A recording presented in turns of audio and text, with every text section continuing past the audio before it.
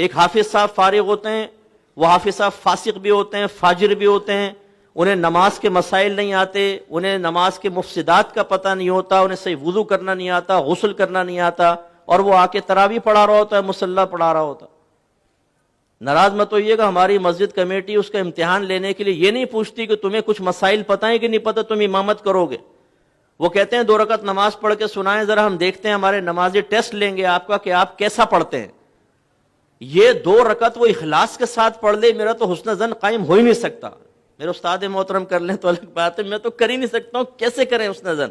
وہ تو فل ریاکاری کے ساتھ پڑھے گا تاکہ لوگ متاثر ہوں اور میری جگہ بن جائے یہاں پر، اور پھر ہم اس کی خوش الہانی سے متاثر ہو کر مصلی اس کے حوالے کر دیتے ہیں، کیا پڑھا ہے جی قاری صاحب نے یار، 20 منٹ میں 20 رکعت تراویح ختم، واہ کیا بات ہے، یعلم تعلم یعلم تعلم یعلم تعلم، ختم صاحب۔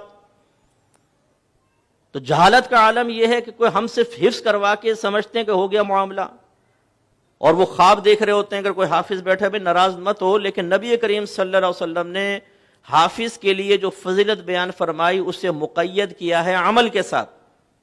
رحمت کونین صلی اللہ علیہ وسلم ارشاد فرماتے ہیں کہ جس نے قرآن کو یاد کیا پھر اس کے حلال کو حلال اور حرام کو حرام جانا، وہ بروز قیامت اپنے خاندان میں سے 10 ایسے افراد کی شفاعت کرے گا جن پہ جہنم واجب ہو چکی ہے۔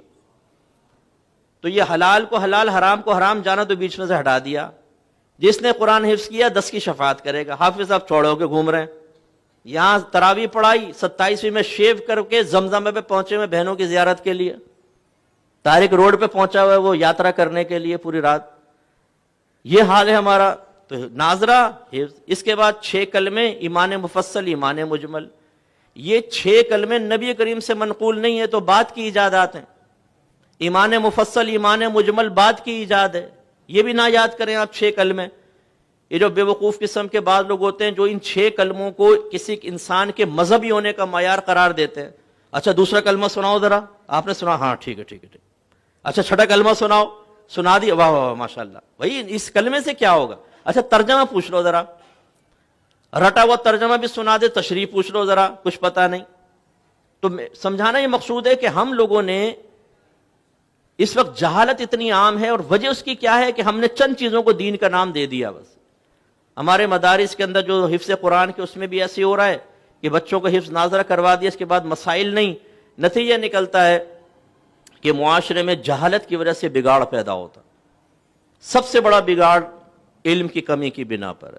آپ کے نبی کریم صلی اللہ علیہ وسلم نے فرمایا طلب العلم فریضۃ علی کل مسلم، علم کا حاصل کرنا ہر عاقل بالغ مسلمان مرد و عورت پر لازم ہے، لیکن چونکہ ہمارے اندر ایک تحریک بغاوت اٹھ چکی ہے، آج اگر آپ کی گورنمنٹ آف پاکستان یہ اعلان کرے کہ جو فرض علوم سیکھے گا اس کو فرض علوم کے بینیفٹ ملیں گے پر منتھ 1 لاکھ روپے، جو اس فرض علوم کا حامل ہوگا ہر مہینے 1 لاکھ روپے بینیفٹ ملے گا، وظیفہ ملے گا۔ آپ دیکھیں ہم میں سے ہر ایک ڈھونڈ رہا ہوگا یار فرض علوم ہے کیا، ہمیں بتاؤ کیا ہے فرض علوم۔ لیکن جب اس کا اعلان نہیں، آپ کے نبی نے فرمایا علم حاصل کرنا فرض ہے، تو ہم اتنی بھی زحمت گوارا نہیں کرتے کہ گھر کا سرپرستی کم از کم، بیٹا ہل نہیں کرتا، ایسا نہ اوپر چلے جاؤ تم سیدھے شوں، تھوڑا سا جم کے بیٹھ جاؤ نا، ہل رہا ہو ڈسٹرب کر رہا ہو۔